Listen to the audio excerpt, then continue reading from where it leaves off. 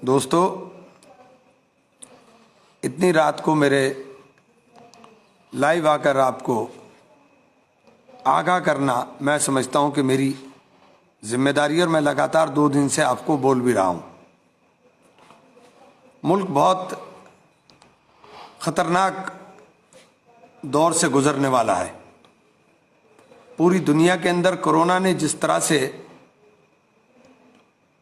आतंक मचाने का काम कर दिया, उसकी दस्तक हमारे मुल्क के अंदर भी हो रही है।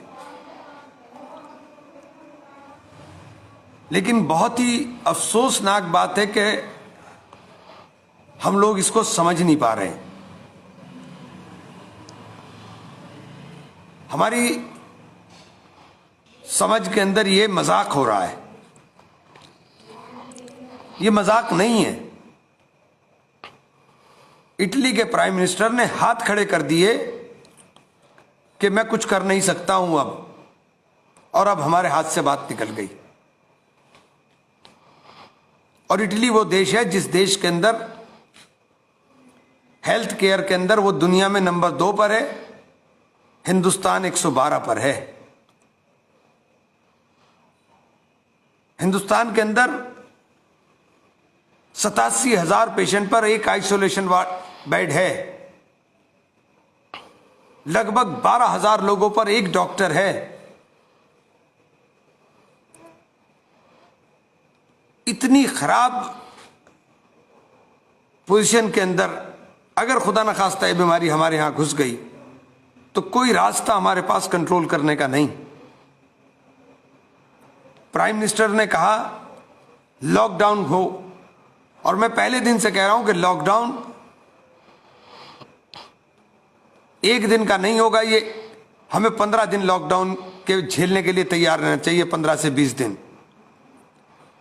राहुल गांधी जी 2 महीने से लगातार कह रहे, लेकिन सरकार की नींद नहीं खुल रही थी। सरकार की नींद खुली है, उन्होंने कहा लॉकडाउन करो। तो आप ये मत समझे कि मोदी ने जो बात कही वो हर बात गलत होगी आपके लिए।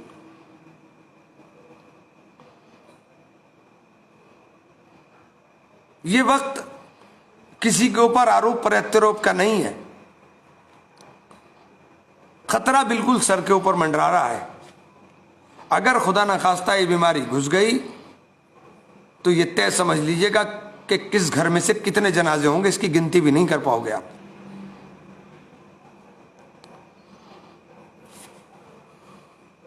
मस्जिद नबवी 1400 साल में पहली बार बंद हो गई। पहली बार मस्जिद नबवी के अंदर नमाजी नहीं है। इसके मायने आप समझिए कि क्या है।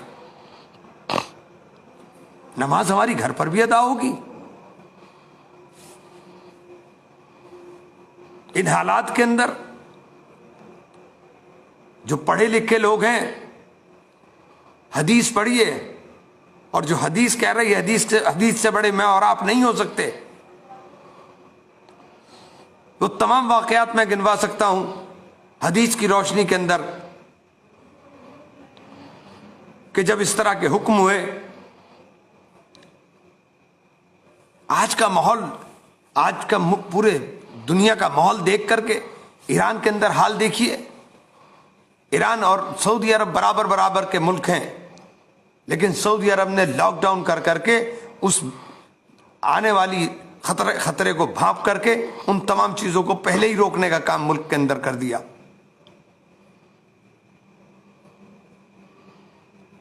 ये कोई मामूली चीज नहीं है। आज एक मुझसे मेरे भाई दोस्त लड़ रहे थे शादी के लिए। अरे भाई, शादी ब्याह तब हैं जब हम जिंदा हैं। हम जिंदा ही नहीं रहेंगे तो शादी ब्याह और क्या करोगे आप। एक हमारे प्राइम मिनिस्टर ने ताली और थाली बजा लिया। ये मातम का वक्त है, ताली बजाने का वक्त है क्या? ये वक्त तो इतना हमारे सोचने का है कि हमको ये फैसला करना चाहिए कि हमें किसी पाबंदी अपने आप ऊपर अपना आप आयद करनी है। ना हमारे पुलिस की जिम्मेदारी समझे, ना सरकार की जिम्मेदारी समझे। झुंड बना बनाकर अभी मुझे बता रहे थे कि झुंड बना बनाकर आप नमाज पढ़ने जा रहे। वैसे तो आप नमाज पढ़ नहीं रहे। जब अब नमाज पढ़ने के लिए ये कोई खास मौका है कि आप नमाज पढ़ने जा रहे हो झुंड बना करके? अल्लाह से दुआ करिए, नमाज कायम होनी चाहिए। 5 वक्त की नमाज पढ़िए। फजर के समय वक्त में मस्जिदें खाली मिलेंगी। आप खाली हैं तो जोर में आप पूरा मस्जिद भर देंगे। नमाज 5 वक्त की पढ़नी चाहिए। नमाज पढ़ करके दुआ करें, और नमाज आपकी घर के अंदर से भी अल्लाह ताला कबूल फरमाएगा। इस बीमारी का एक ही इलाज है कि इसकी कड़ी को तोड़ दिया जाए। एक आदमी अगर मस्जिद के अंदर आ गया तो वो पूरे मस्जिद के नमाजियों को बीमार कर जाएगा, और वो पूरे मरीज जो बीमार होकर के जाएंगे वो पूरे अपने घरों को बीमार करेंगे, और वो कितनों को आगे बीमार करेंगे। ये कड़ी पर कड़ी, कड़ी पर कड़ी चुड़ती चली जाएगी, और यही महामारी बनती है। चाइना हमसे कितना आगे है। चाइना का हाल खराब कर दिया। इटली के प्राइम मिनिस्टर ने रोते हुए हाथ खड़े कर दिए कि मेरे हाथ में बचा नहीं, मैं कुछ नहीं कर पा रहा हूं। ये मेरी जिम्मेदारी है, आपकी जिम्मेदारी है कि हम, क्योंकि हमारे लोग अनपढ़ हैं, गरीब हैं, उनकी हैसियत नहीं है कि वो इलाज करा पाए। पूरी दुनिया के अंदर जहां भी ये हो रहा है वहां तमाम सरकारें फ्री इलाज कर रही हैं, लेकिन हमारे यहां की बेशर्म सरकार कह रही है कि 4500 रुपए के अंदर हम टेस्ट करा देंगे। अरे तुम 4500 में टेस्ट कराओगे?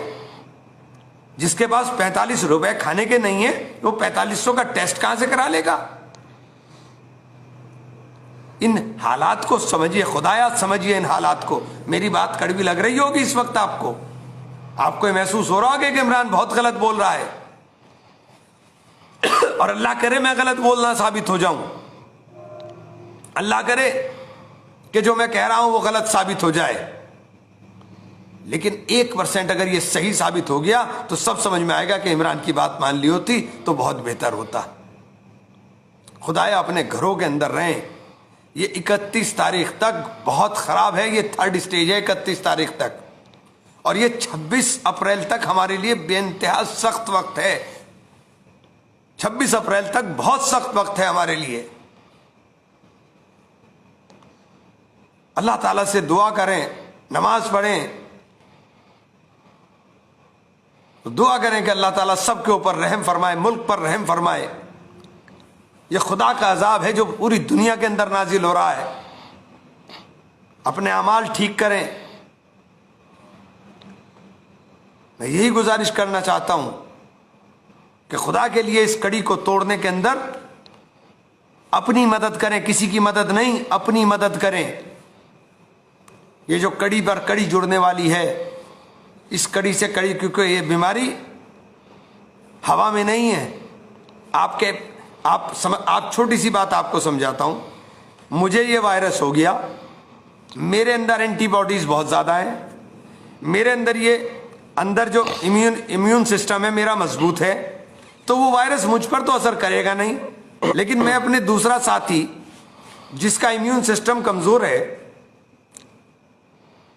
और उसके ऊपर वो इम्यून सिस्टम उसका कमज़ोर है, एंटीबॉडीज उसमें कम है, मैंने उसको छू दिया, या मैंने किसी कुर्सी पर बैठा या किसी हैंडल पर हाथ लगाया, उसने उसको छू दिया, वो बीमारी उसके अंदर चली गई।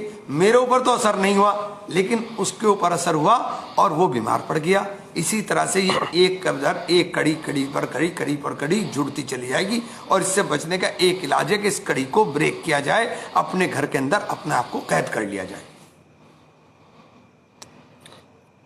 आप अपने घर के अंदर अपने आप को अगर कैद कर कर बैठ जाएंगे तो ये कड़ी ब्रेक हो जाएगी।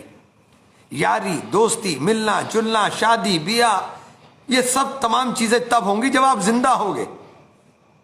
खुदा ना खास्ता घर के अंदर गमी आ गई तो फिर याद करोगे कि ये जो बात इमरान कह रहा था, अगर उस बात को मानते तो ज्यादा बेहतर होता। और मैं समझता हूं कि आप लोगों ने जो मोहब्बत मुझसे की है, आप हमारी बात को समझेंगे, हमारी बात को मानेंगे, और किसी भी सूरत में, किसी भी हालत के अंदर दोस्तों अपने घर से बहुत ज़रूरी हो निकलें, और जब वापस आए तो अपने बच्चों की हिफाजत के लिए अपने हाथ साबुन से रगड़ कर धोएं और कोशिश करें उन कपड़ों को भी बदल दें, उन कपड़ों को भी सैनिटाइज कर करके अलग करें। ये थोड़ा सा आपको अपने लिए मैं जागरूक करने का काम कर रहा हूं। बहुत बहुत शुक्रिया दोस्तों।